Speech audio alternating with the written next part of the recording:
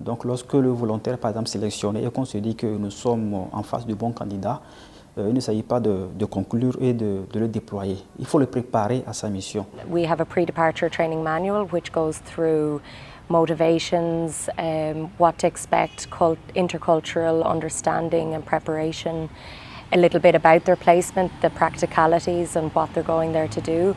So really gearing them and getting them to think in a critical, reflective manner, not just, okay, I'm going on my placement and that's it. It's questioning constantly why they're going on their placement and the privilege that you have to be able to do this kind of work. Lorsqu'un volontaire arrive dans la structure d'accueil, la première des choses, ce n'est pas lui dire, bon voilà, les tâches qui te sont dévolues, vas-y, non, mais c'est faire un brique, une sorte de frein et travailler et donc à son intégration qui peut prendre des semaines. Nous on se réunit à son arrivée.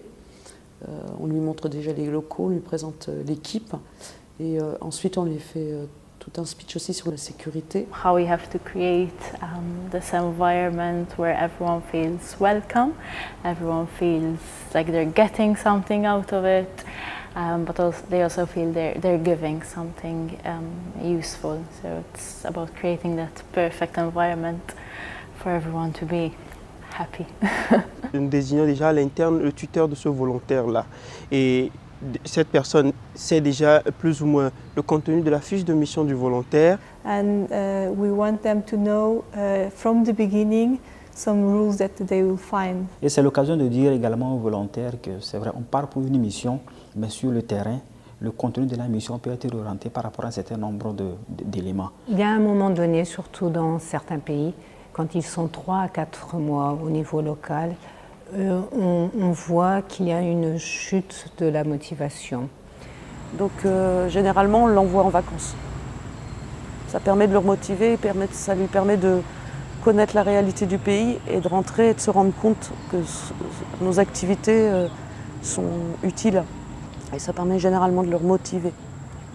Il vit habituellement en équipe. Et ça, c'est le moyen le plus rapide, informel, d'essayer d'augmenter la motivation. Parce que chaque volontaire signale le manque de motivation de l'autre. And there's going to be periods where they feel absolutely brilliant and times where they feel very low. That's why we put a huge emphasis on this idea of sending teams rather than individuals. We recruit teams and not individuals, so that they're not just a group of people who happen to be living in a house together.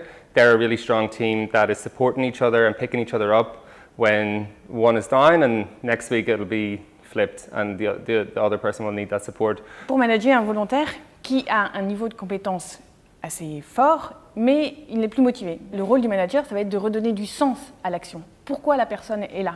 Pourquoi est-ce qu'elle s'est engagée et quelles sont les finalités de l'action du terrain?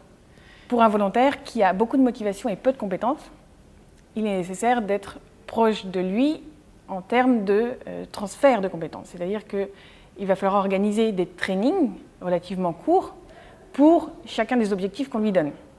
Et puis, un système de retour sur action régulier aussi.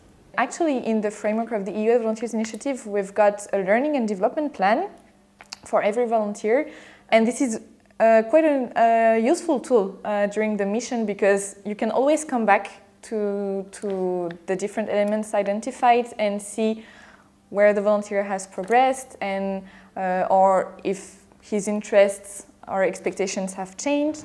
If the volunteer is well prepared, they're well trained, they know their role, they know the context, they've been able to explore this, they've been able to kind of go through that journey of exploring it themselves, they'll ultimately be an independent, critical thinker when they get to the country so that they're able to maneuver maybe some difficult elements of inequalities they might see, unequal power structures within the organisation, which ultimately will benefit the host organisation because you've got a well-prepped volunteer, and the host communities as a result will benefit from this preparation. So it's vital, it's a must.